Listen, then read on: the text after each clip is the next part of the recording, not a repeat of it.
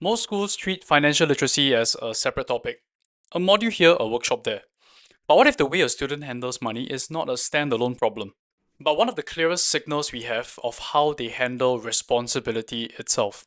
Here's what we usually assume that money lessons fix money problems. Teach the concept, the behavior follows naturally. Is that true? I don't actually believe that happens. Students can explain a concept perfectly in a classroom, but still make the opposite choices when the money is in their hand. And I'm talking about real money right here. The gap between what a student can say and what a student really does is where the real story is. And it's a gap that most schools aren't designed to capture or to see. So let me ask my fellow educators this, and parents, you can chime in as well. When a student or your child makes a poor money choice, they need, or do we ask ourselves, what do they need to learn about money? Or do you ask, what does their choice reveal about how they generally and broadly handle matters? Today, I want to walk you through three things that money behavior reveals and why understanding this changes everything about how we should be building our next generation. In my work with schools across Singapore over 20 years, I have seen a pattern repeat itself constantly. Students who struggle with financial decisions are often the same students who struggle with follow through, restraint, taking real ownership on that problem when things go wrong. In fact, I want to share the opposite of this. I saw this in my son, who I'm shared about in a previous video about him going to China for a school trip. And before going on that trip where he was able to spend money alone, he showed restraint in his own spending back home in Singapore.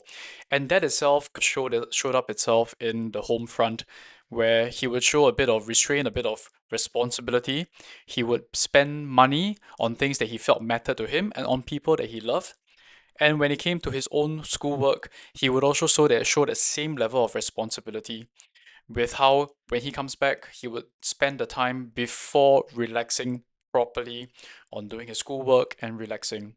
The discipline that we have instilled in him, the sense of responsibility that we instilled in him, wasn't labeled in the money segment. It was an expression of something that is way beyond that. It perforates in other areas. What if the money problem is not the real problem? What if it's simply placed where the problem becomes quite visible? If you are a school leader, a head of department, or a program coordinator thinking about how to bring about financial education and who it is actually for, this is the conversation I want to have with you today. So here's the idea I want to put in front of you. Money behavior is just a maturity lens. It is not a measure of financial understanding. It is a window into three deeper layers of a child's development. And once we can see those layers, financial education starts to look really different. Layer one, stewardship signals. What the money choices reveal about how a student handles all kinds of resources. Layer two, responsibility pattern. What the money judgment signals about broader accountability and character.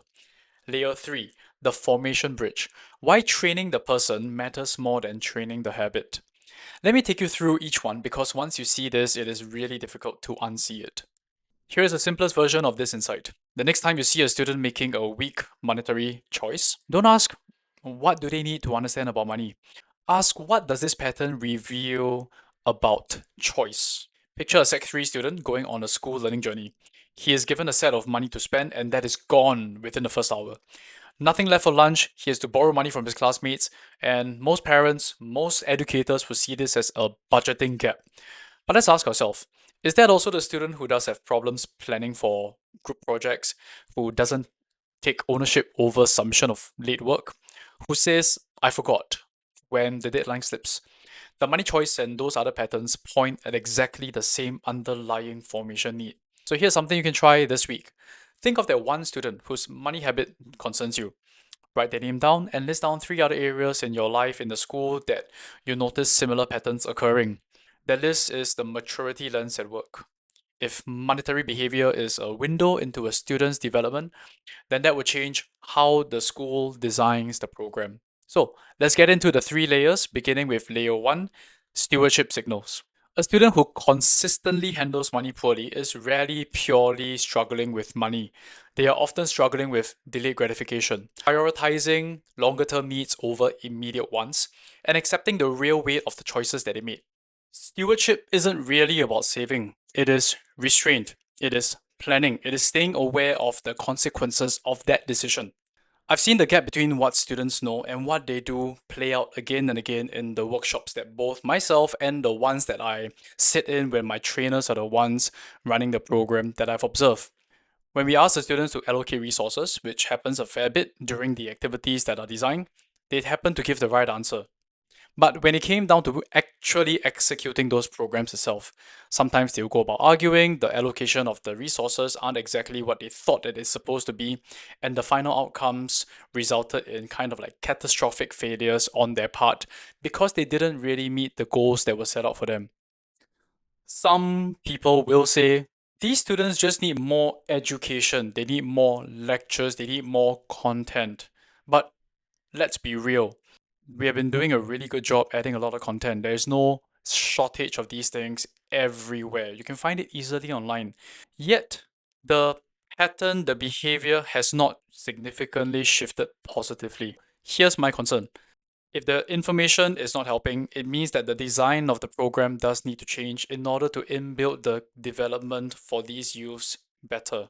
In designing the program, we have to build these programs around observable behavior, not just conceptual recall that they can answer on a piece of paper.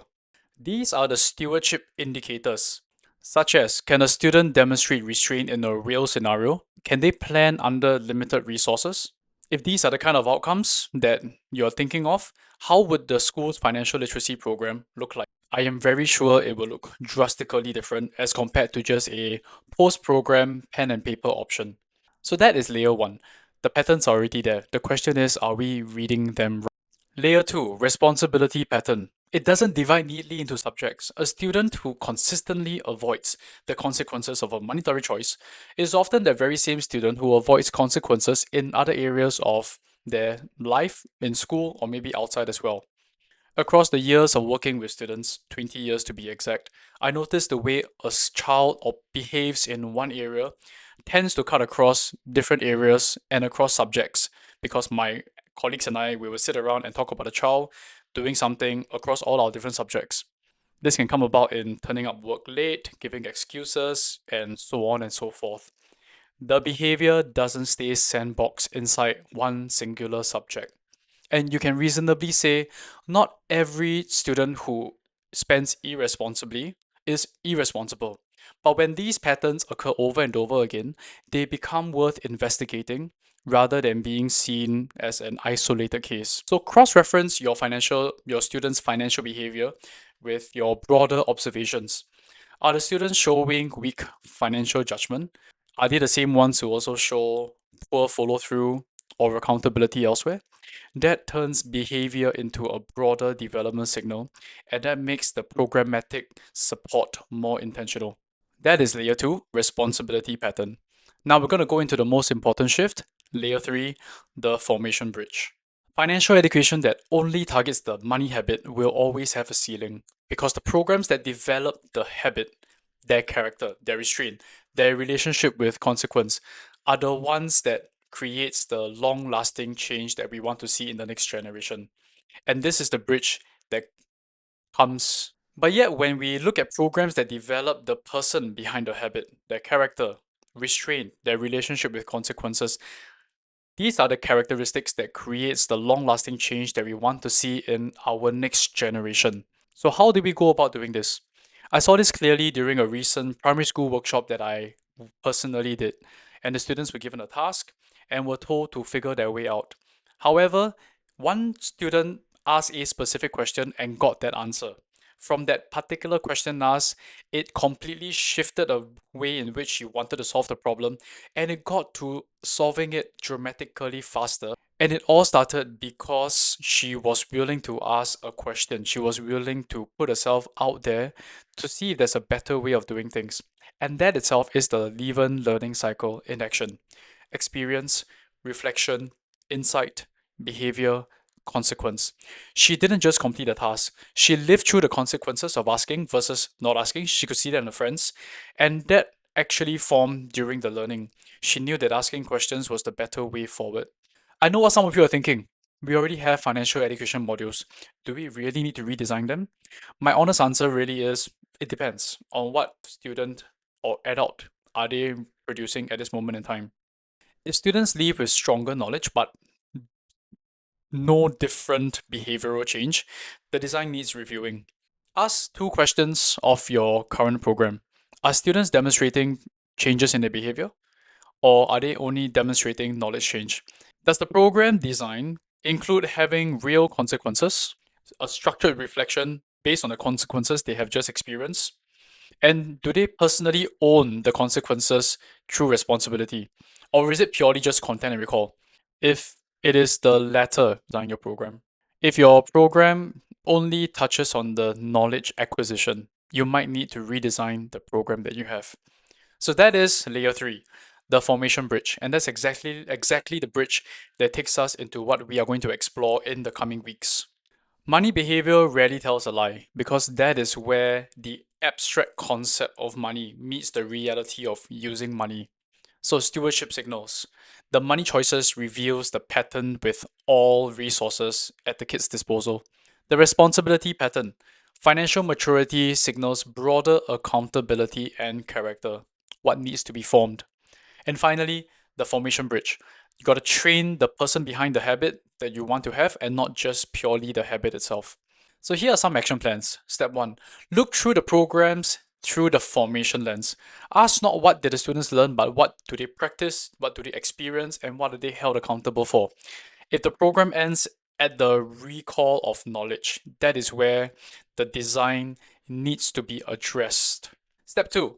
Cross-reference financial behavior with broader pastoral data. Identify students whose monetary pattern or usage pattern matches other patterns elsewhere. Use it as a developmental opportunity and not a label upon the child. Step 3.